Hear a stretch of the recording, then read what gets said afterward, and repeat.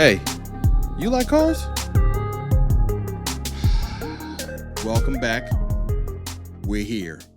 Another episode, CarQuicks Driving In, episode 54.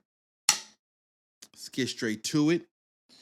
You know, how y'all doing? As always, how are you doing? How are you feeling? The family, the friends, the loved ones, the children's.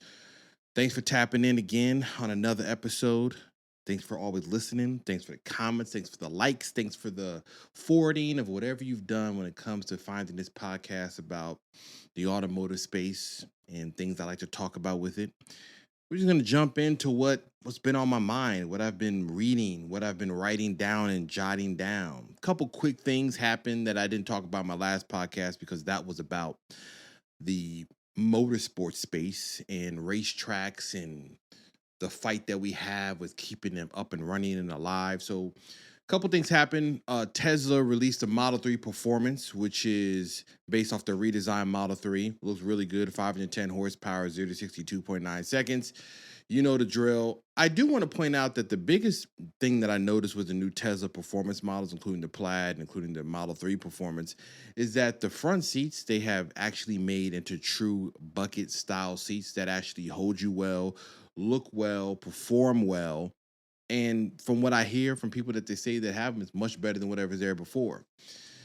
So that's nice to see it come out. I know some people just like, yo, I'm sick of hearing about electric cars and all that. But the Model 3, to me, is like the one that makes the most sense when it comes to how much it costs, what it can do, and what they're trying to aim at doing. The Cybertruck has had a recall for a couple of weeks now because the gas pedal was flying off. Okay, I mean, like, that's wild. What's even more wild is the fix when they showed a video of somebody drilling a hole into it with a rivet. And I'm like, come on, dog. For $100,000 or whatever the people are paying for these Cybertrucks, that's an almost unacceptable fix. But I guess it's better than your pedal getting stuck like the gentleman showed, and then you got your Cybertruck at full speed and you can't stop it because that's going to kill somebody. Now, I'm going to keep up with the Tesla information because I had something else to talk about later. But we're just going to keep it going because we're already on it right now, right? So Tesla very recently just did a massive layoffs. Now, they've done this before. Like I've said, I work in the tech field in my day-to-day job, and I myself did not apply and turn down offers and things that people told me to look into for Tesla because I just don't trust their model of how they operate, because Elon Musk operates this thing like an app or any other tech industry where it's like the bottom line needs to be the first thing covered. And if you're somewhere on that assembly line and they're like, hey, listen, we got to chop 6 of y'all, so go ahead and don't go to lunch, just go home. So they got rid of the whole supercharger network team, which has confused a lot of people. People that are EV advocates have been like, what are we doing if Elon is not pushing forward with the supercharger network?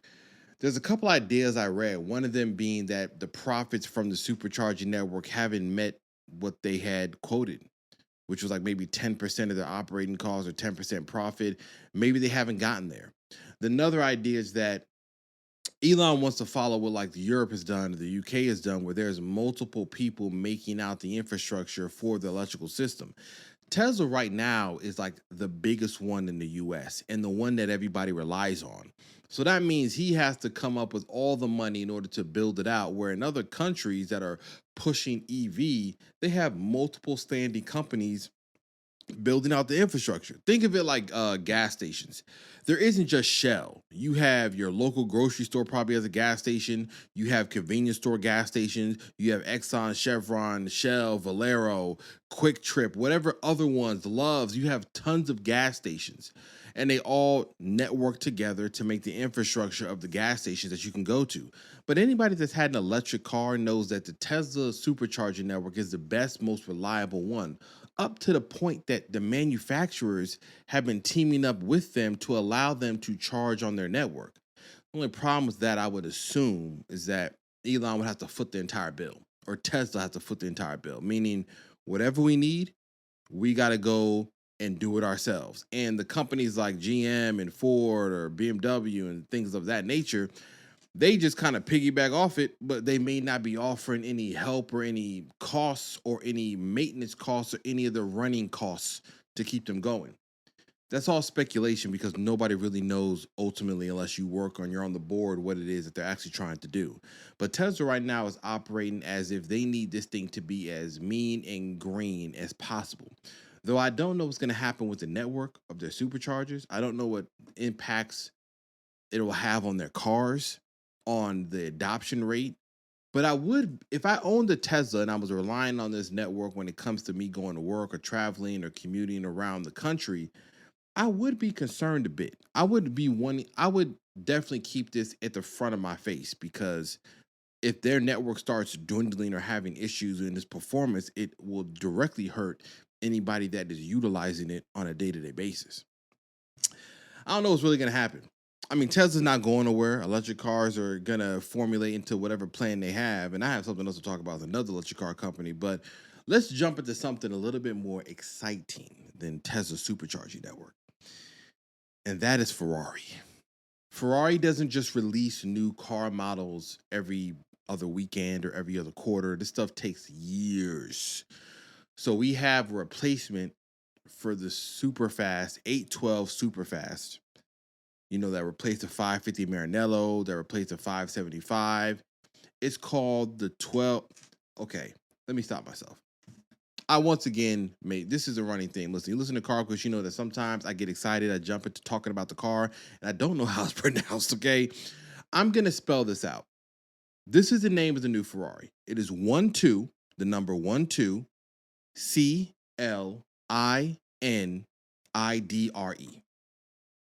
I'm going to repeat that again, and I'm also going to double check on that spelling. That is 1, the number 2, Cilindri.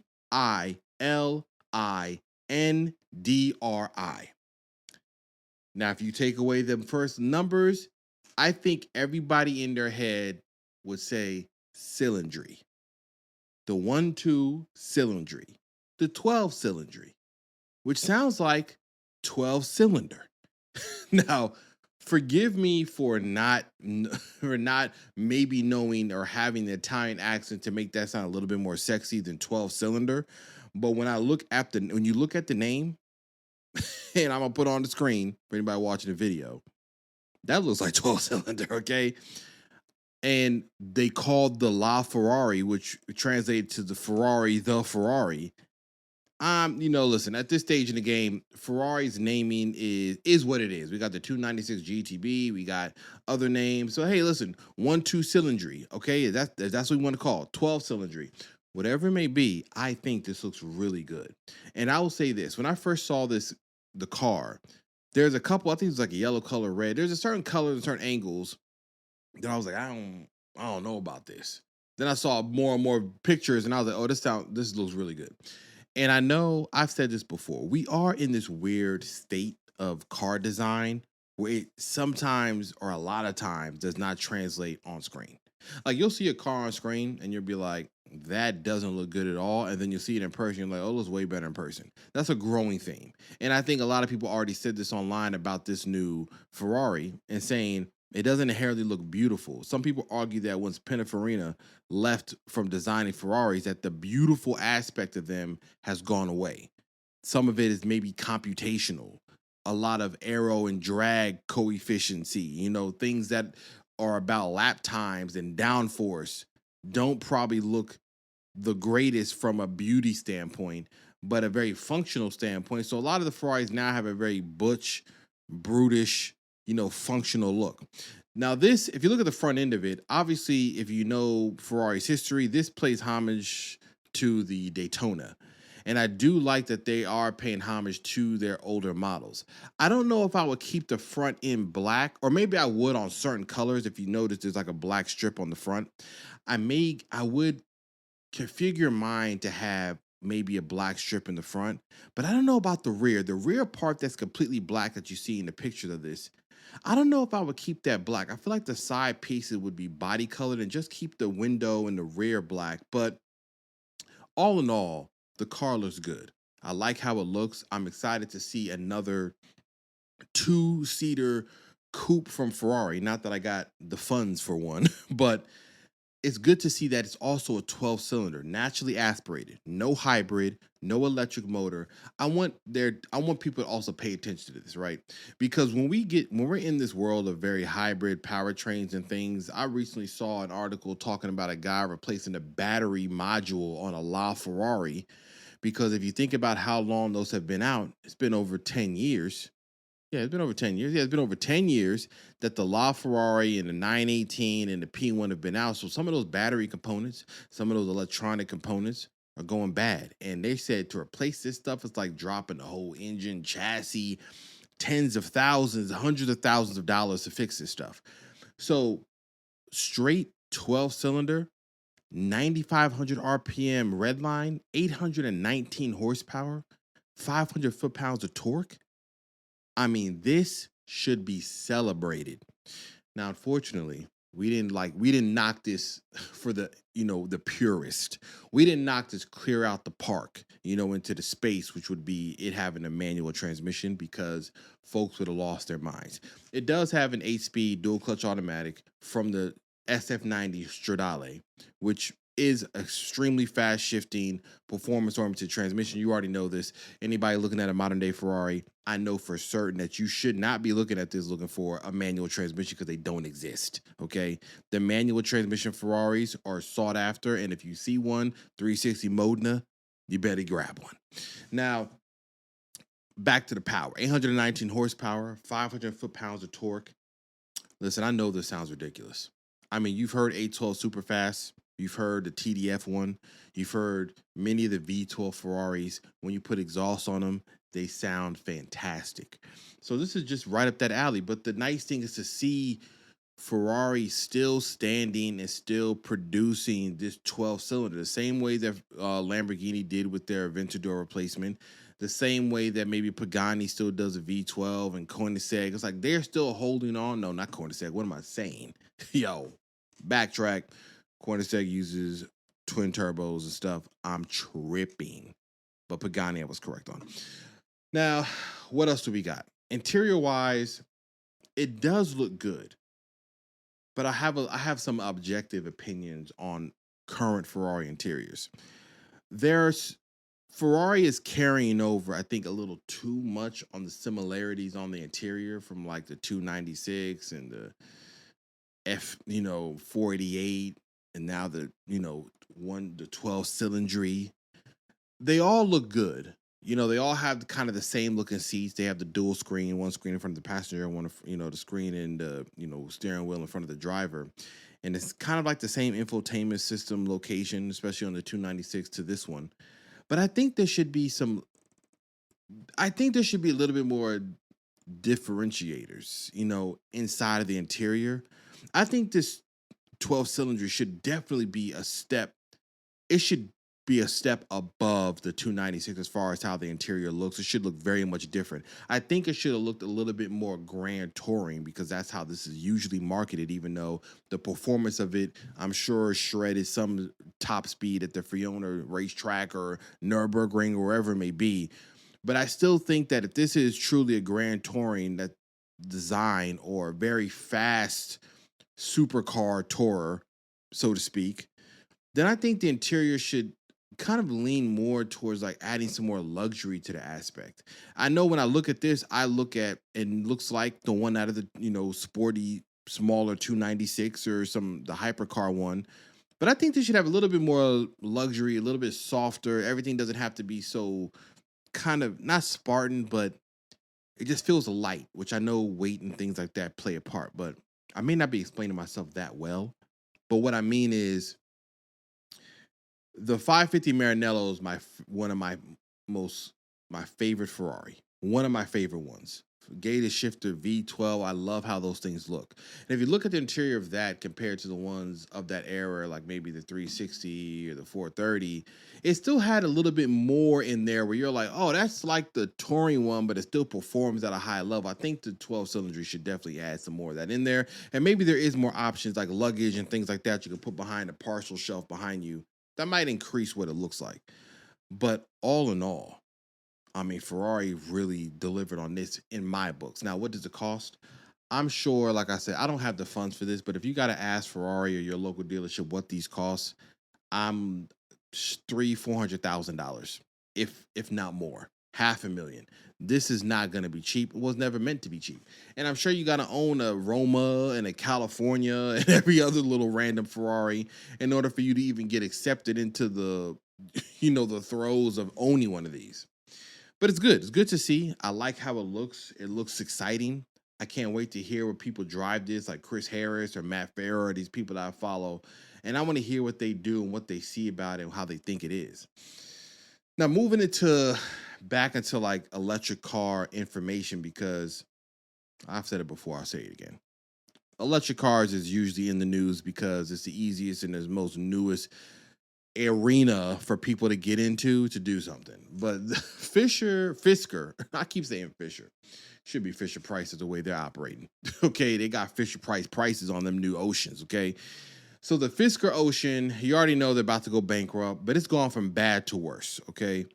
I was reading a report that said they are now taking parts from prototypes, unsold inventory, returned inventory to fix warranty claims and repairs on customer cars. Yo. Listen, I feel sorry for you if you own a Fisker Ocean right now because the future is not bright. There's nothing to look forward to. Everything that you see currently in the news about Fisker is just doom and gloom. And they're looking for a buyout. I don't even know if there is a buyout or a turnaround because, one, there isn't even enough customers for somebody to fight to try to keep them around.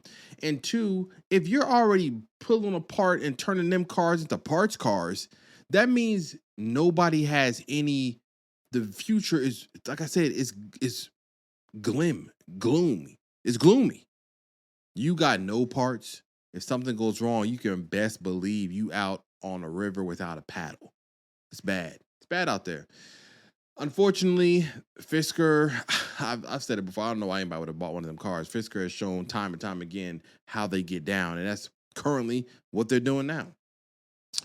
But spinning back to something else, Andretti Global, the racing organization from Mario Andretti, famous driver, multiple championship winner across multiple disciplines of motorsports. They are going to the Capitol, the U.S., the government, the feds, in order to bring their fight for trying to join F1 to their doorstep. So they got denied. It might have been last year sometime. Andretti Global applied to be another team inside of F1 because, F1 has multiple races in the U.S. now. We got one in Miami that was just today at this recording. Lando Norris, he won finally. Very good. He had 100 plus starts, and this is his first Grand Prix win. So congrats to McLaren. We have one in Vegas. We have one in Austin, and there's been rumors of another one. Who knows? But we have 3 F1 races in the United States of America, right? More than I think any country, actually. And they want to join as one of the first American teams, American-based teams with an American source engine from GM. And Liberty Media, who owns F1, basically said no. They gave them a bunch of rules and stipulations that they have to abide by. Mario Andretti said they've done all of that, and they still can't get a yes or no on if they're joining the F1 circuit or the grid in 2028, I believe it is, or 2026. And so they now have to bring it to Congress, which is a smart move. I'm not even knocking this because the way F1 has been recently from people that have been watching it and the way that the owners of it operate, there should be more competition with it. There should be a team that's based out of the U.S. If we got 3 races here, there should be one that represents the U.S. that should race there. It shouldn't just be the foreign brands.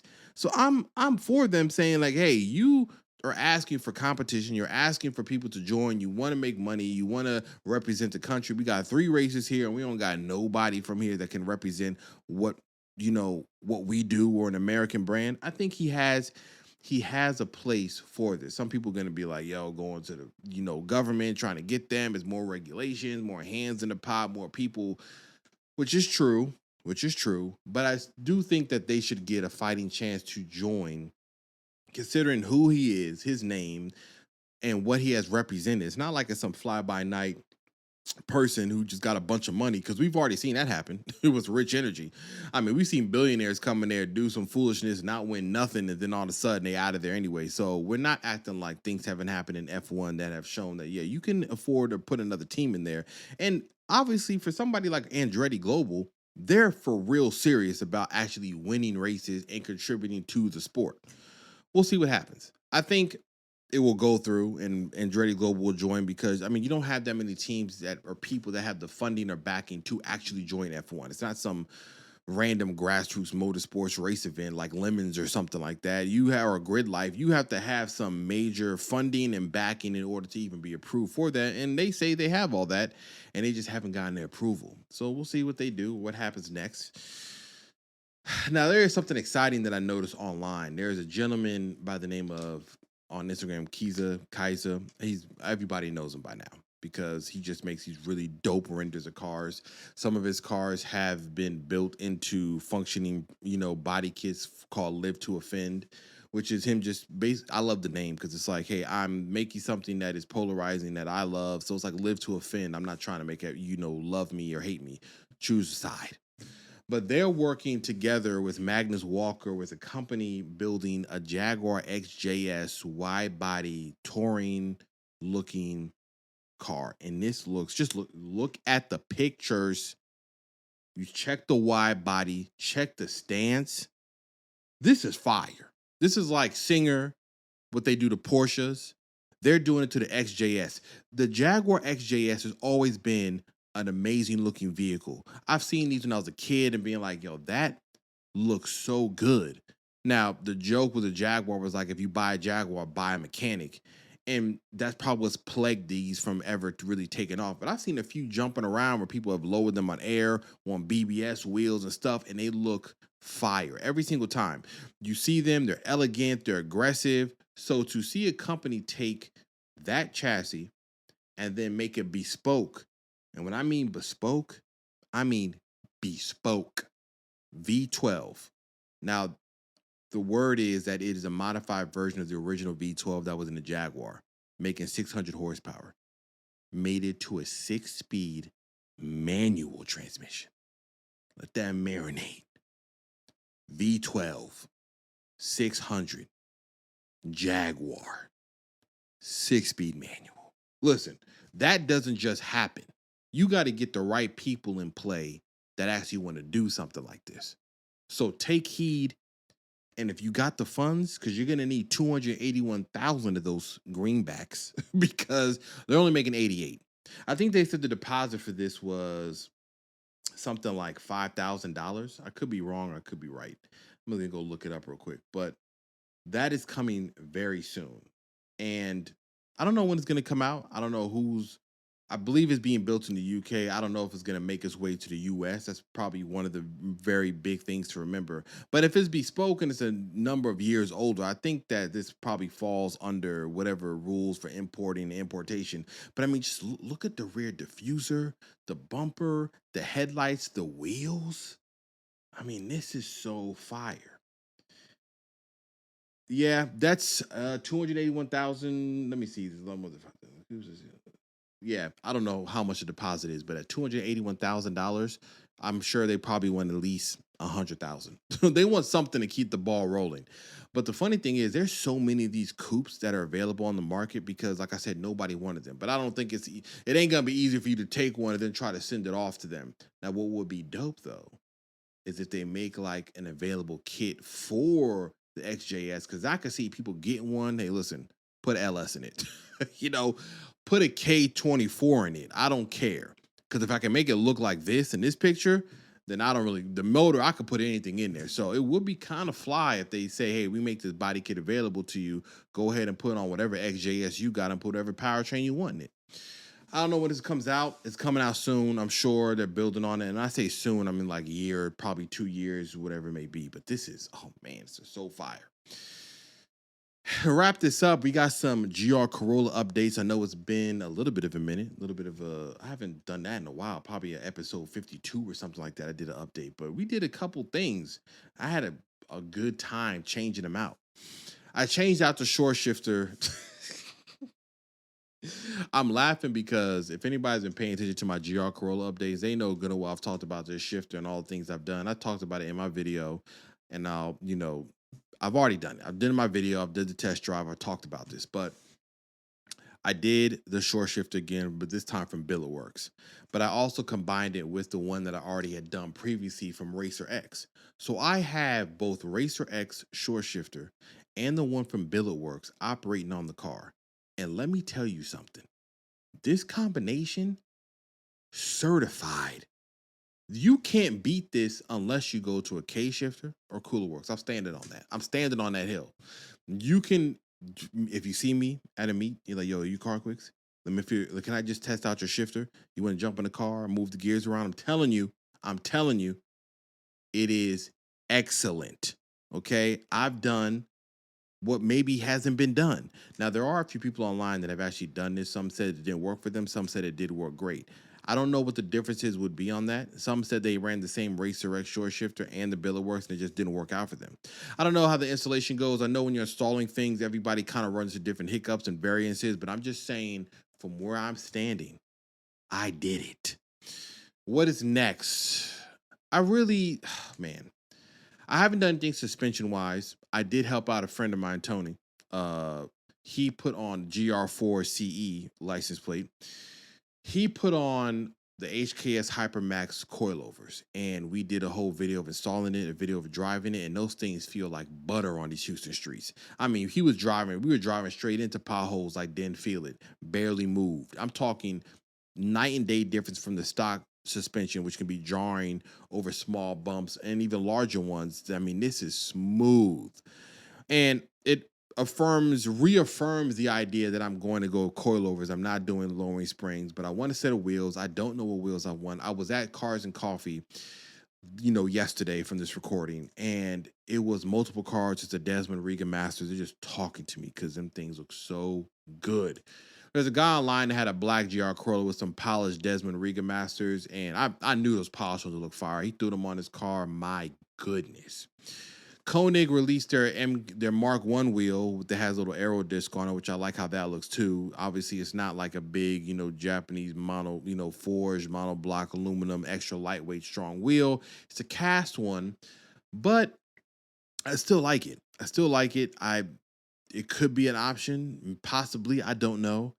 Front lips and things like that I would like to do. I thought about the one from Aeroflow Dynamics, but they have now a back order until like June or July. So I'm like, I'm not giving y'all money for something that's not even around. SAR Japan is really the one I want. And maybe I just save my money, get another side hustle and get the SAR kit from Japan and be done. Obviously, there's a Pandemic Rocket Bunny wide body kit, which is absolutely ridiculous. But that takes a big step into a direction that I may not want to go. Power-wise, still don't have an exhaust just yet. I've been fielding a gentleman or some people I've talked to that have had some exhaust that I might want to do. 2J Racing, I'm still talking to. Don't know if we're going to go that route or not. Haven't really heard much back from them. That's one update from that. I don't really know. I don't know which route I'm going to go on that. That's still in the air. I would like to lower the seat. I would like to get some type of racing bucket, but that's a high expense. And we really have to decide on if I'm going to go Ecutech for now on the tuning option and then later move on to Link or Motec or something, which is like spending more money more than once, but it's a part of the journey, right? Everything I'm doing is part of the journey and it's part of me doing the things I want. And when I get to the aesthetic part is when I'm really probably going to start taking way more pictures, going to way more shows to post up because I'm really going to have to put my foot in it when it comes to how this thing's going to look. So the Riga Masters are very high up there because they achieve a look I'm looking for. But we'll see what happens. Until then, I'm going to be back with another episode in the middle of the week. I got to get the schedule tighter. I've said it more than times, but hey, I'm glad that you're here. You're joining. You're listening. And like I always say, do as you wish and do as you may. This is CarQuicks. Cameron Biggs, your host. Thanks for joining the podcast. Thanks for listening. I'm going to see y'all next week. Peace.